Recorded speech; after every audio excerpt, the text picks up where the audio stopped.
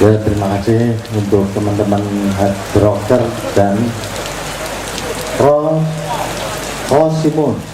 Hard rocker itu maksudnya hard rock tapi diplesetin tapi orang. Ya, terima kasih karena dua grup tadi sudah ikut, tidak hanya hujan air tapi juga hujan apa ini, keringat. Assalamualaikum warahmatullahi wabarakatuh. Katanya hujan ini bukan malapetaka, jadi harus kita terima dengan baik-baiknya. Mohon teman-teman Kiai Kanjeng siap 1-2 nomor, karena tadi sudah banyak, mungkin dengan nomor-nomor yang lain yang lebih hangat. Selamat datang untuk saudara-saudara kami dari Tanggul. Oh, Panggul apa Tanggul ya? Panggul Trenggalek, satu rombongan. Juga teman-teman Bang Wetan, teman-teman Gambang Syafaat, juga jamaah Matopat sendiri di sini. Semoga malam ini kita bisa, dengan hujan kita bisa memanfaatkan waktu sebaik-baiknya. Malam ini ada Cak Fuad, jadi saya ingin memanfaatkan kehadiran Cak Fuad untuk jamaah Matopat Syafaat, juga teman-teman yang lain hadir di sini. Mohon Cak Fuad bisa hadir di panggung di sini bersama saya.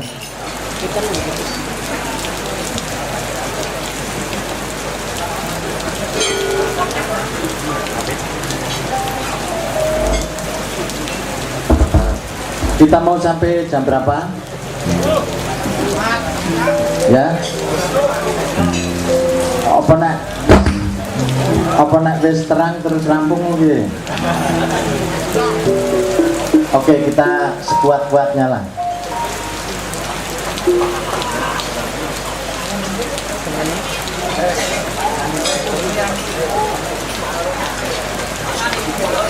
Ya, iki Pak Tani wae iki gandeng udan. Nek dhewe iki ora setuju karo udan ya mesake Pak Tani. Jadi mohon Kiai Kanjeng untuk membawakan satu lagu Pak Tani dari Plus untuk menyambut berkah hujan malam ini.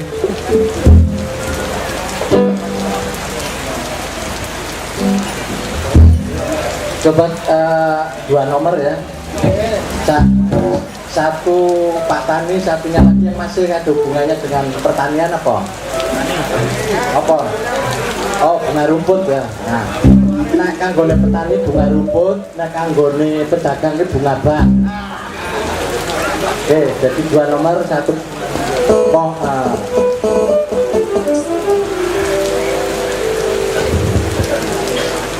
ya, silakan.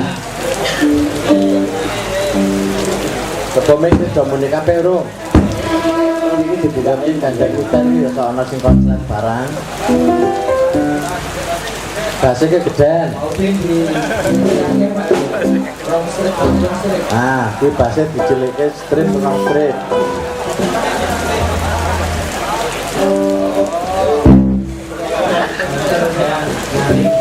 Malam ini juga kita ingat ya, malam ini persis 1 tahun erupsi Merapi.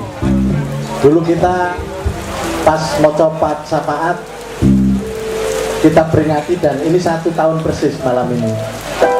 Oke, 2 nomor untuk Pak Tani dan erupsi Merapi.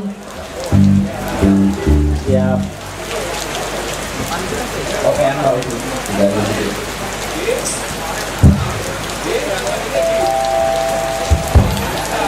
Oke.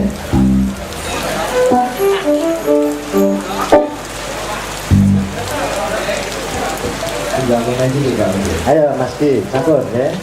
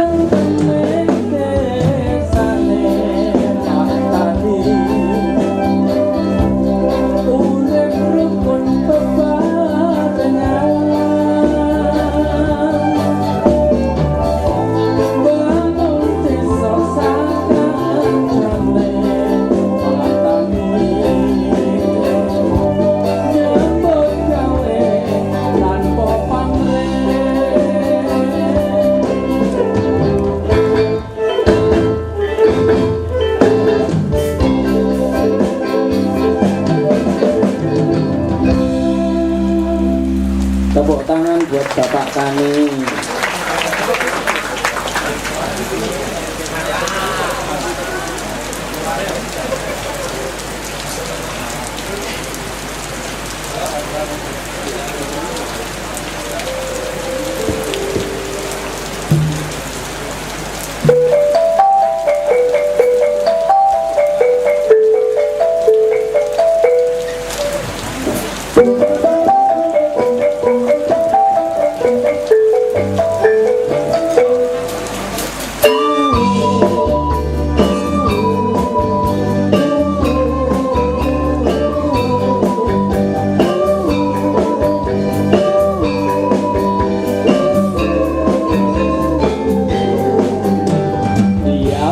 bukti utara semalam malam tenggelam jauh di bawah kulihat bendera jalan berkedip di perlahan dengan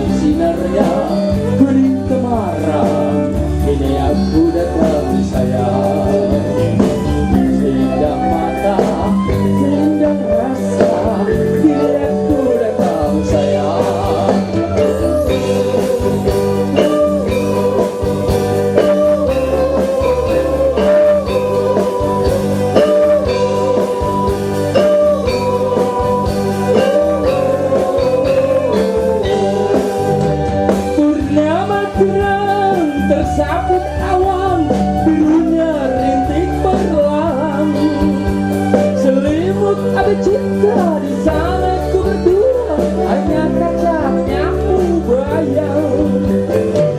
Dengan sinarnya kuning kemarang, ini aku datang sayang. Seindah mata, seindah rasa, kini aku datang sayang.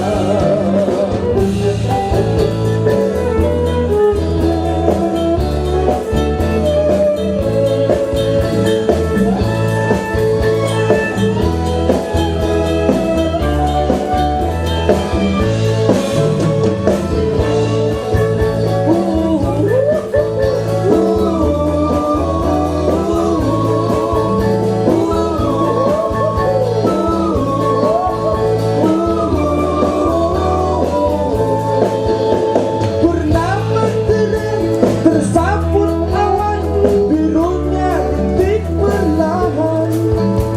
Selimut api cinta, di sana ku berdua hanya kaca menyapu bayang.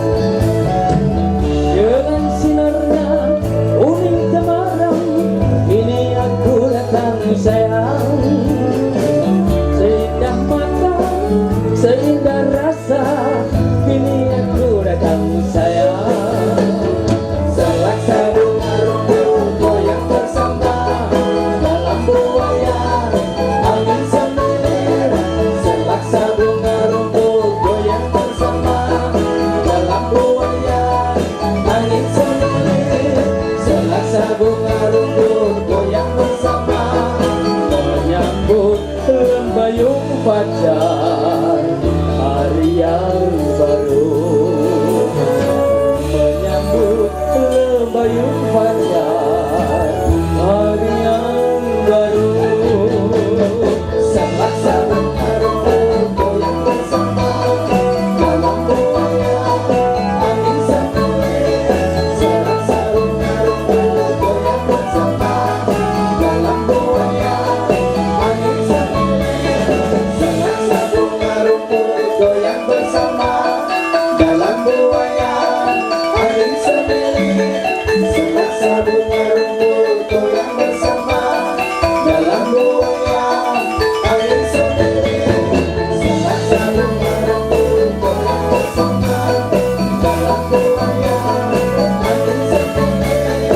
Selaksa bunga rumput goyang bersama dalam buaya angin semilir. Selaksa bunga rumput goyang bersama dalam buaya angin semilir. Selaksa bunga rumput goyang bersama dalam buaya angin semilir. Yang ya tepuk tangan untuk Mas Imam dan kawan-kawan. Yang lagu kedua ini katanya apa ngece apa harapan ya, mong kodanan no saire selimut api cinta ini. Karo mau lagu Pak Tan iki ayam tentrem ing desane apa mbiyen pas gawe mungkin pas lagi ayam tentrem atau memang ayam tentrem sampai sekarang. Wis tembangan aja dibahas ngono. Oke, saya kira saya ingin malam ini juga dengan situasi mungkin dekat seperti ini, mestinya kita bisa diskusi dengan Cak Fuad. Saya mohon dengan Cak Fuad malam ini kita memulai dengan yang ringan-ringan saja. Ini sudah menerima hujan itu dari Skademen, Bengkersen. Jadi mungkin bisa memulai dari belajar dari kalimat-kalimat yang sehari-hari dikenal oleh terutama oleh orang-orang Muslim, tentang kalimat-kalimat yang populer yang sangat dikenal, dan mohon Cak Fuad bisa menjabarkan sejak dari etimologi bahasanya sampai implementasinya seperti apa, dan nanti kita bisa mohon teman-teman menyimak dan kita bisa merespon, bisa mendiskusikannya dalam arti bisa konfirmasi, bisa juga menanyakan kepada Cak Fuad, juga bisa bisa lebih pada pengalaman Anda terhadap apa yang diungkapkan Cak Fuad. Untuk itu silakan kepada Cak Fuad waktu secukupnya.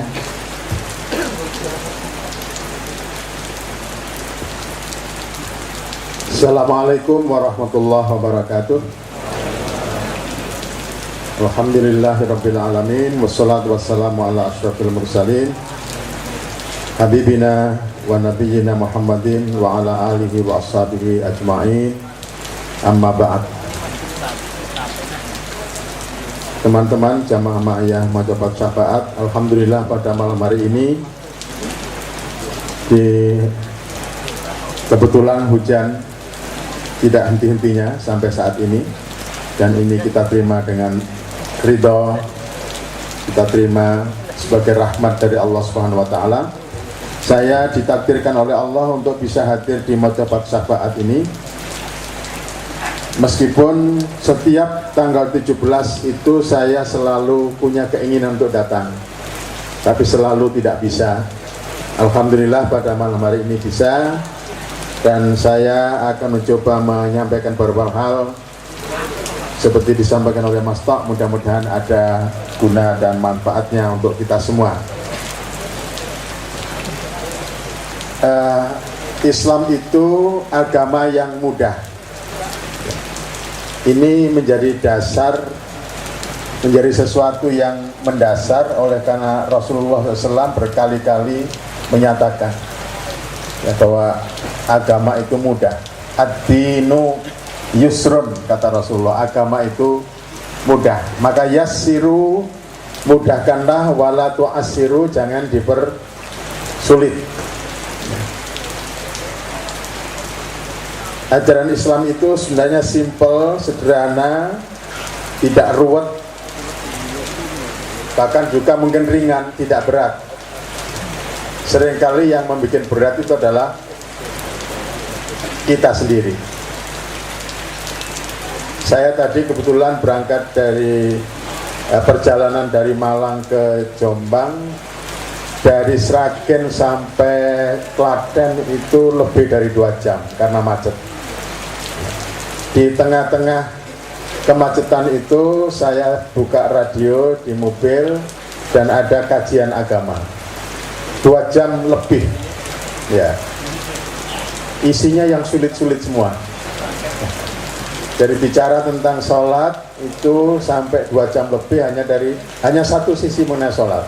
Pertanyaannya waktu itu dikemukakan, apakah kita bisa sholat kalau tidak ada hadis? Ya misalnya gitu. Wah, ini diuraikan panjang lebar, ya, bulat dan karu-karuan. Kok seperti sulit banget ya orang beragama Islam, ya.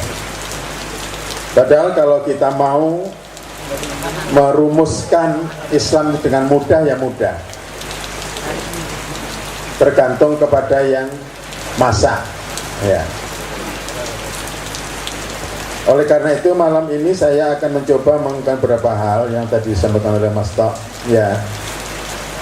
Mudahnya, kemudahan yang ditunjukkan Rasulullah mengenai Islam itu, misalnya beliau memberikan definisi operasional. Misalnya tentang siapa itu muslim, siapa itu mukmin, siapa itu mujahid, siapa itu muhajir misalnya. Ini dalam satu hadis, dalam beberapa hadis Rasulullah menjelaskan, misalnya al-muslimu man salimal muslimuna min yadihi walisanihi. Singkat saja, yang namanya orang muslim itu, kata Rasulullah, adalah orang yang muslim yang lain itu tidak disusahkan, tidak dicelakai oleh tangan dan lidahnya. Nah, ini kan definisi yang mudah. Jadi kalau mau jadi seorang muslim itu berarti menjaga lidah dan menjaga tangan supaya jangan sampai menyakiti orang lain. Itulah definisi muslim menurut Rasulullah. Jadi orang muslim adalah orang yang tangannya dan lidahnya tidak mencelakakan orang lain. Saya kira ini mudah sekali untuk diamalkan kalau kita mau, ya. Jadi selalu menjaga supaya lidah kita tidak menyakiti orang, lidah kita tidak membuat orang terluka, demikian juga tangan kita. Tangan situ juga bisa diartikan tangan itu sendiri maupun tindakan, ya. Jadi lidahnya, mulutnya, dan juga tangannya dalam arti tindakan-tindakannya tidak menyebabkan orang lain sengsara, orang lain celaka. Itulah Muslim. Kalau kita bicara etimologis, saya kira kita semua sudah tahu kata Islam, Muslim itu dari kata salima yang artinya selamat, yang artinya damai, yang artinya sejahtera, yang artinya jadi banyak hal-hal dari kata salam itu maknanya ada sehat, selamat, itu juga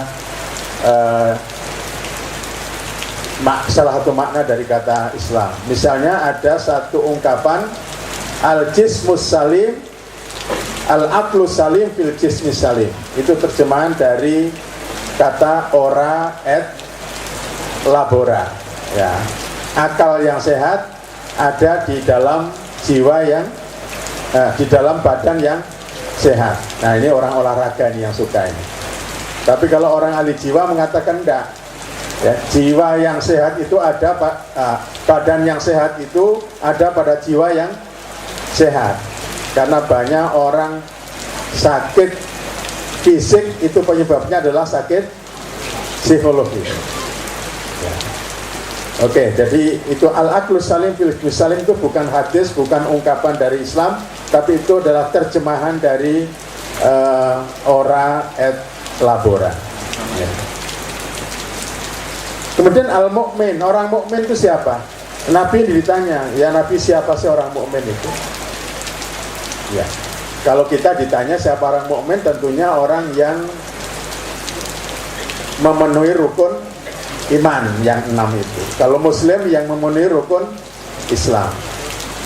Tapi Nabi memberikan definisi orang mukmin itu adalah man aminahun nas ala dimaihim wa amwalihim wa a'radihim. Dan yang namanya orang mukmin itu adalah orang yang manusia-manusia seluruhnya merasa aman, hartanya aman, jiwanya aman, kehormatannya dari orang yang namanya mukmin tadi. Artinya orang mukmin itu orang yang memberikan rasa aman kepada orang lain, bukan orang yang menyebabkan atau menimbulkan kecemasan. Kalau seorang mukmin berada di satu tempat, maka orang-orang yang ada di sekitar tempat itu merasa aman.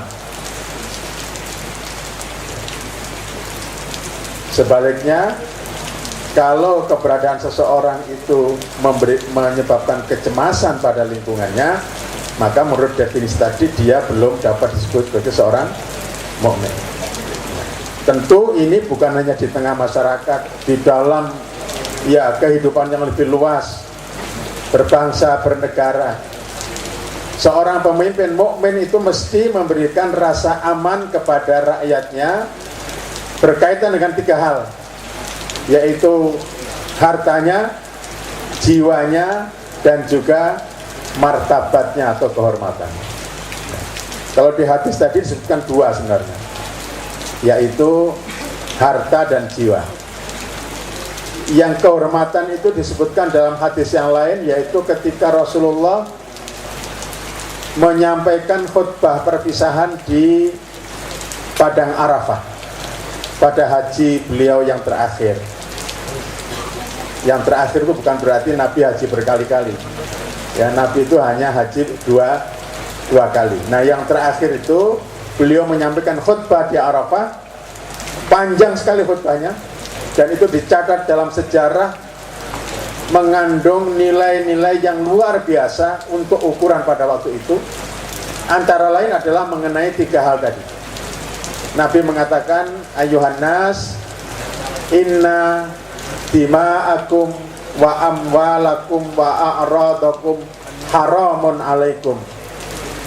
Wahai sekalian manusia, sesungguhnya darahmu, hartamu, dan kehormatanmu itu adalah haram. Maksudnya haram itu suci, ya, adalah suci.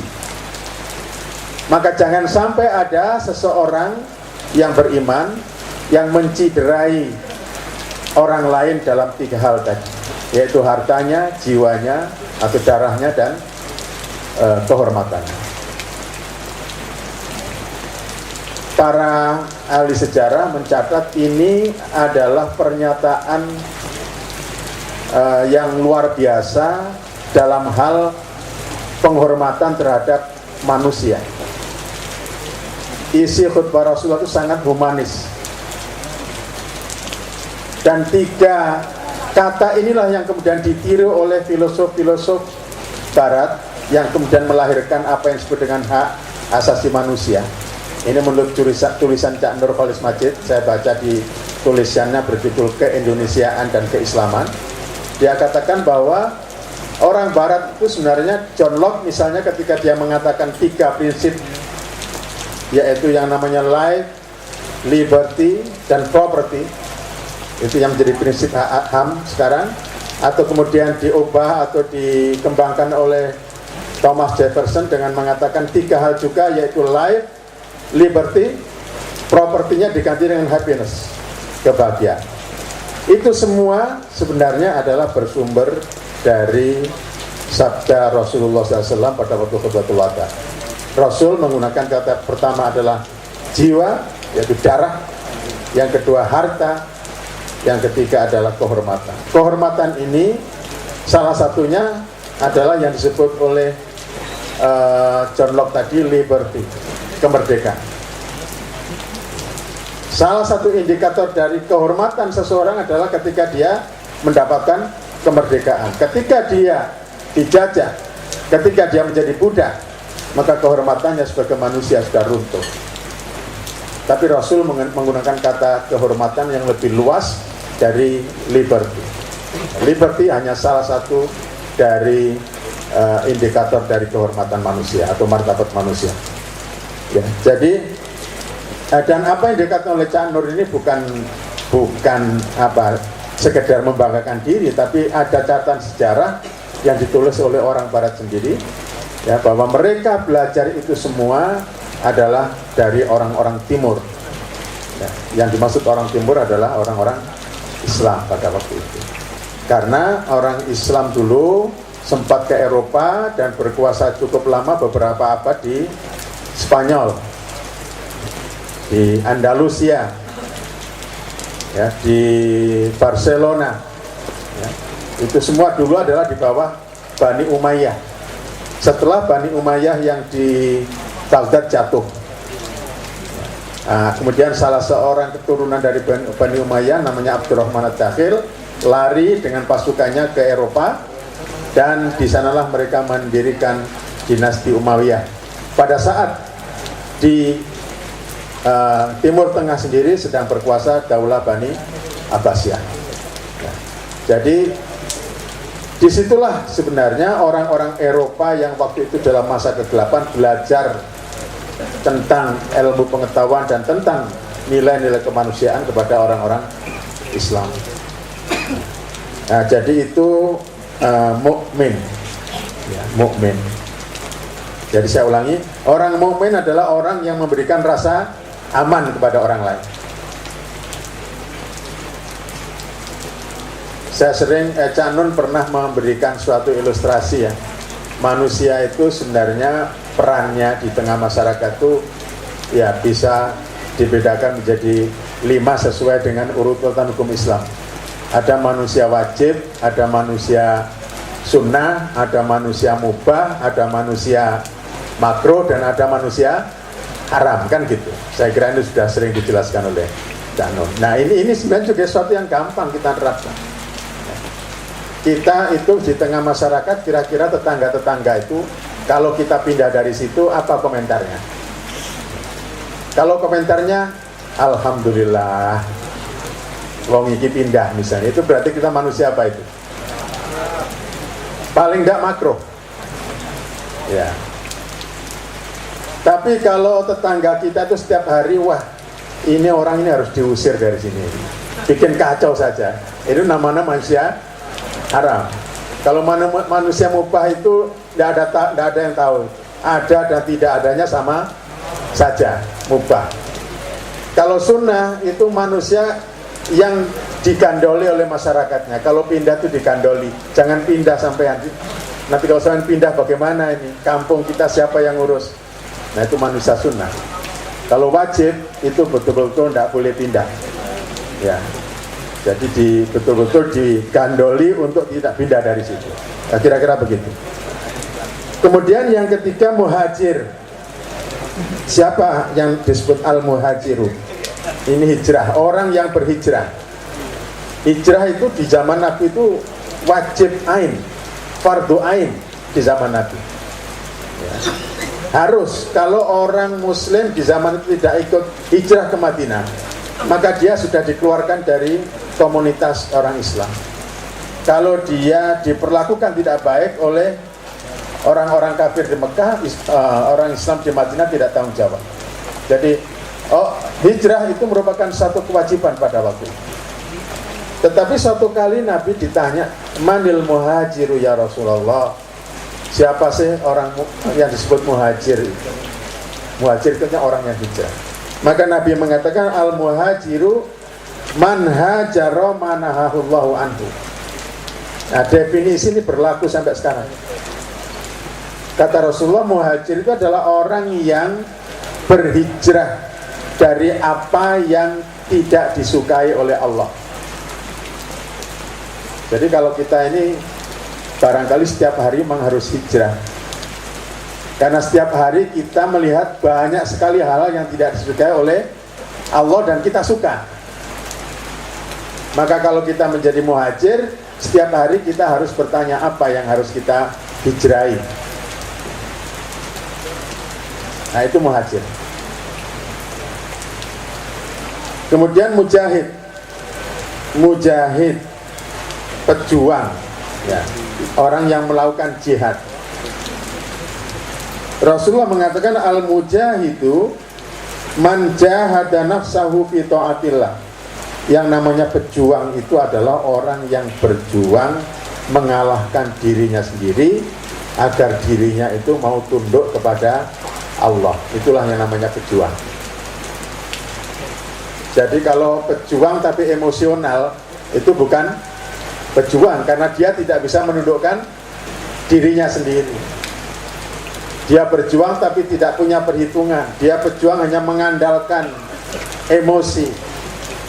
Dia berjuang apalagi didorong oleh nafsu, maka dia bukan mujahid. Mujahid yang sejati kata Rasulullah adalah orang yang bisa mengalahkan dirinya sendiri supaya dia taat dan tunduk kepada Allah. Itulah mujahid. Ya. Nah, jadi ini beberapa definisi operasional yang diberikan oleh Rasulullah SAW kepada kita.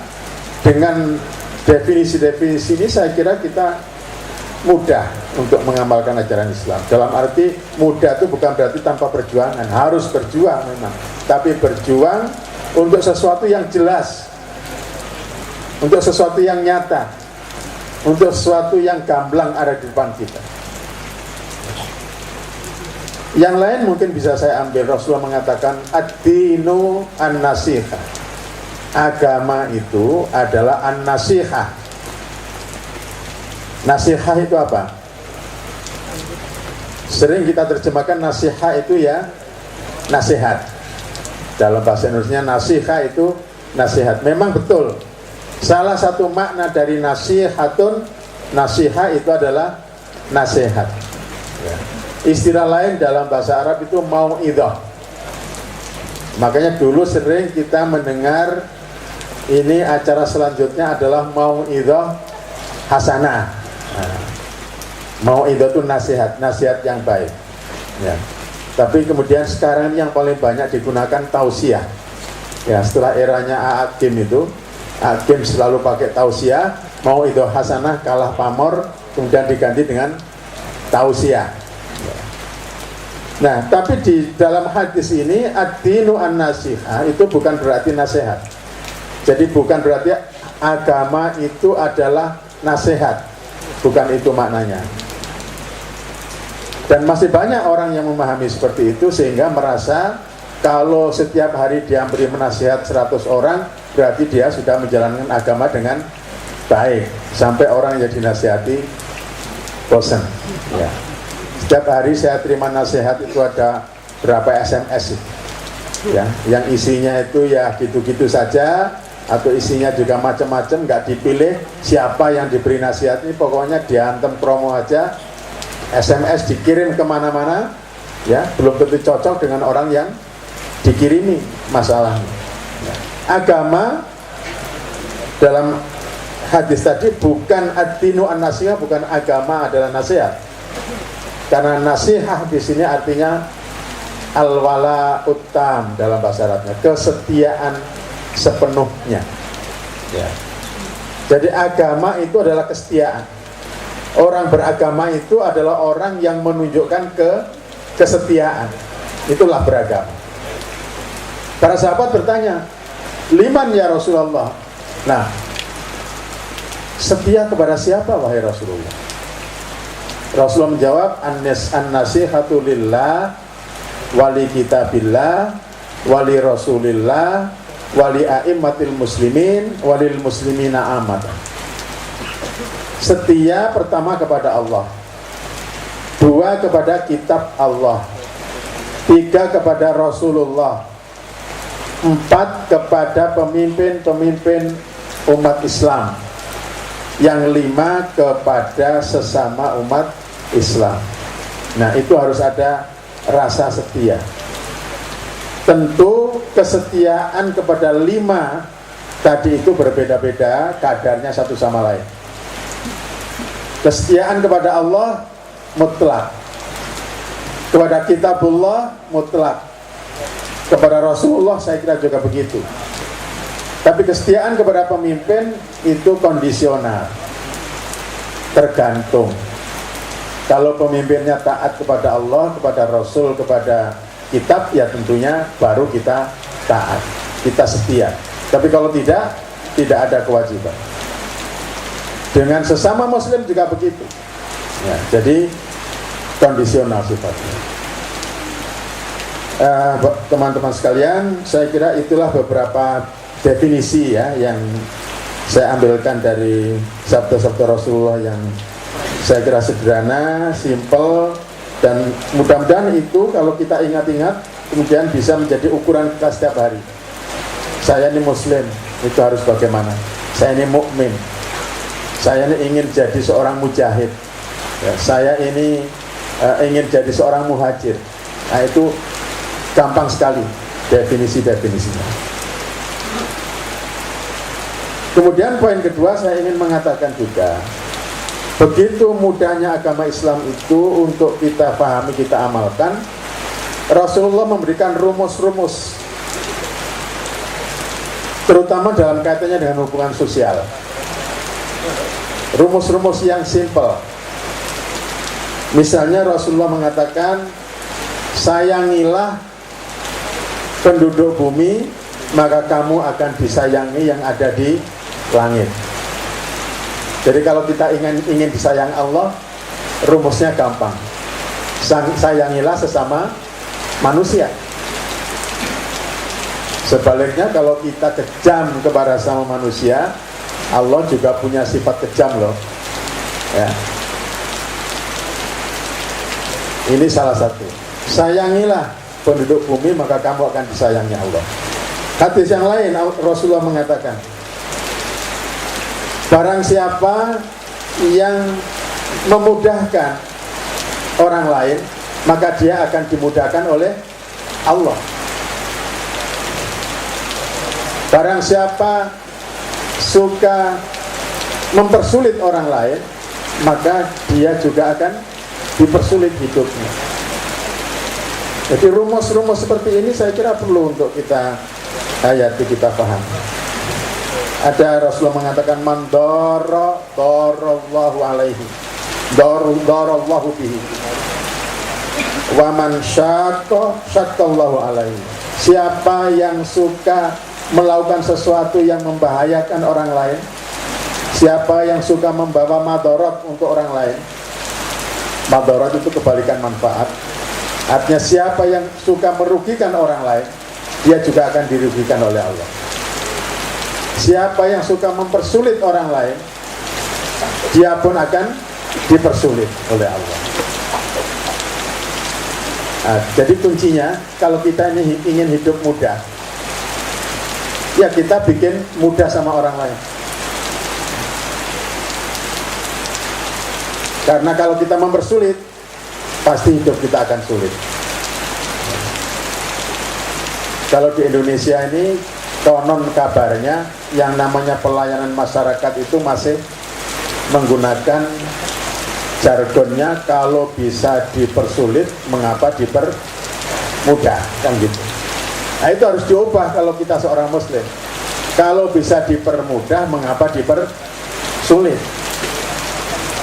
Kalau kita mempersulit orang terus, percayalah hidup kita juga akan sulit. Kalau kita suka mempermudah orang lain, hidup kita juga akan mudah. Ini rumus yang tidak bisa terbantahkan. Ya, jadi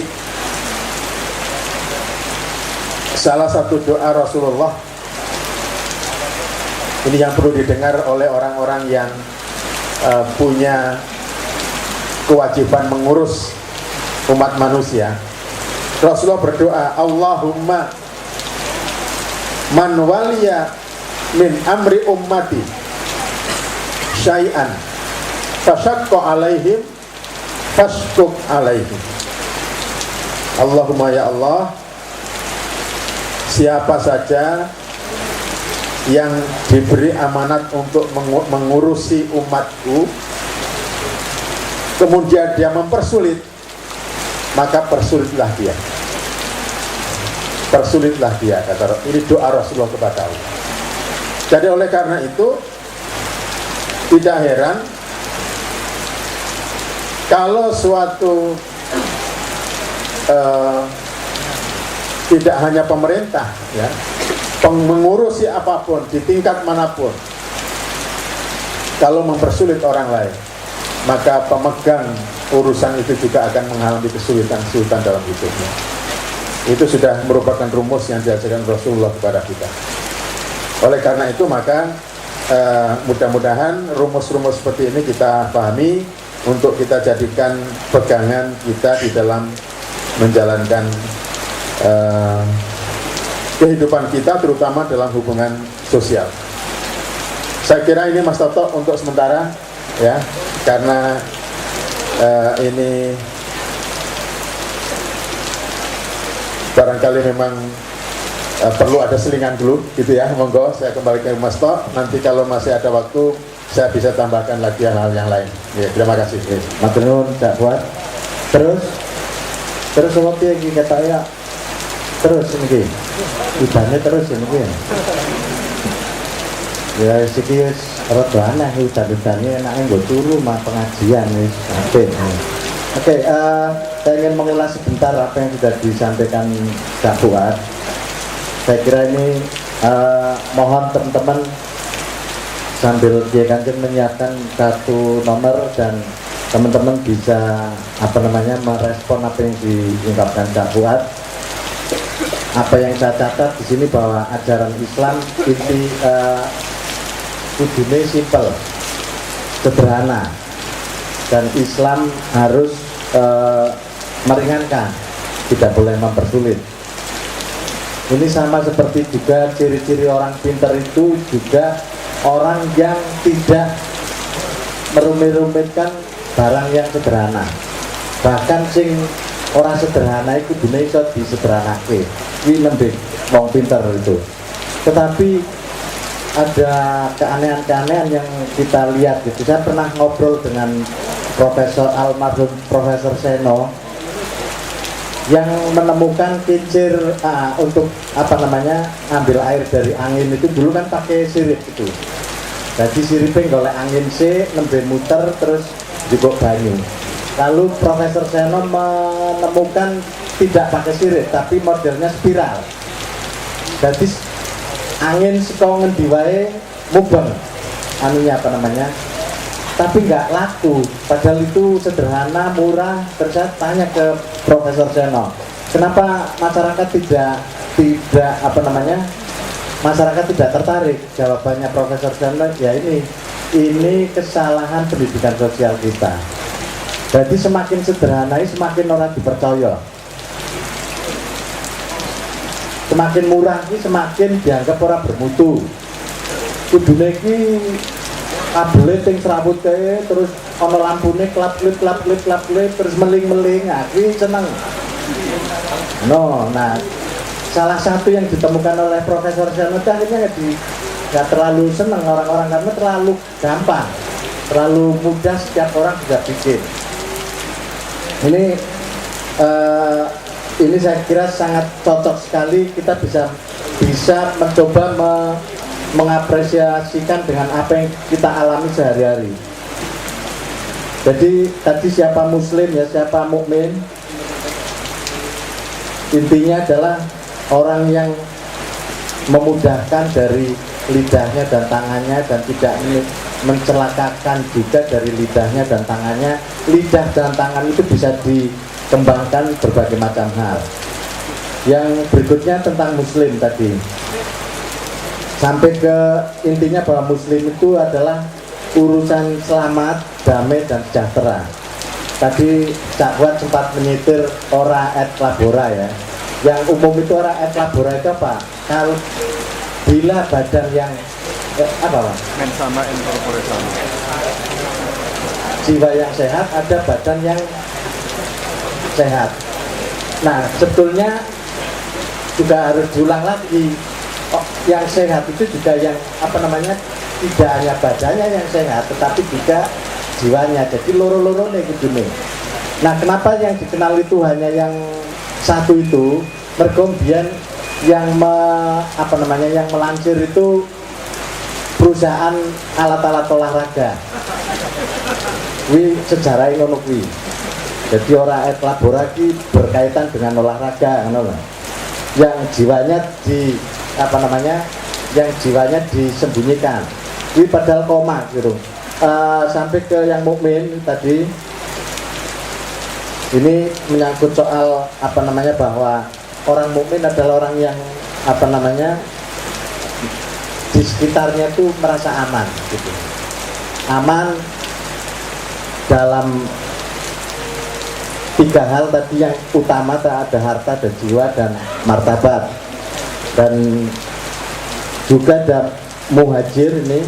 Nah, ini muhajir kan selama ini hanya dikenal adalah orang-orang yang mengikuti Nabi dari Mekah ke Madinah, tetapi ternyata kan Nabi juga mengutarakan lebih lanjut bahwa yang disebut hijrah itu adalah meninggalkan hal-hal yang jelek di mata Allah kepada yang lebih baik. Tidak hanya sekedar fisik ya, pergi dari tempat satu ke tempat yang lain. Juga ada mujahid ya. Ini orang yang berjihad. Saya kira mungkin nanti ini bisa ditanyakan lebih jauh ya, karena ini ada banyak tafsir yang juga bahkan menjadi keyakinan orang tentang bagaimana berjihad. Mungkin kita bisa mendiskusikan lebih jauh dengan Cak Fuad. Saya kira Cak Fuad sangat gamblang, sangat simple apa yang sudah dijelaskan. Oke, satu nomor dari Kiai Kanjeng sing rada anu ya, sing telongso ki wis udan terus telongso kan. Oke, setelah itu nanti mohon teman-teman bisa berdiskusi dengan Cak Fuad. Ini mumpung Cak Fuad ini nggak mesti setiap 17-an ke sini. Silakan Kiai Kanjeng. Pokoknya sing telongso tak larang pakai iki.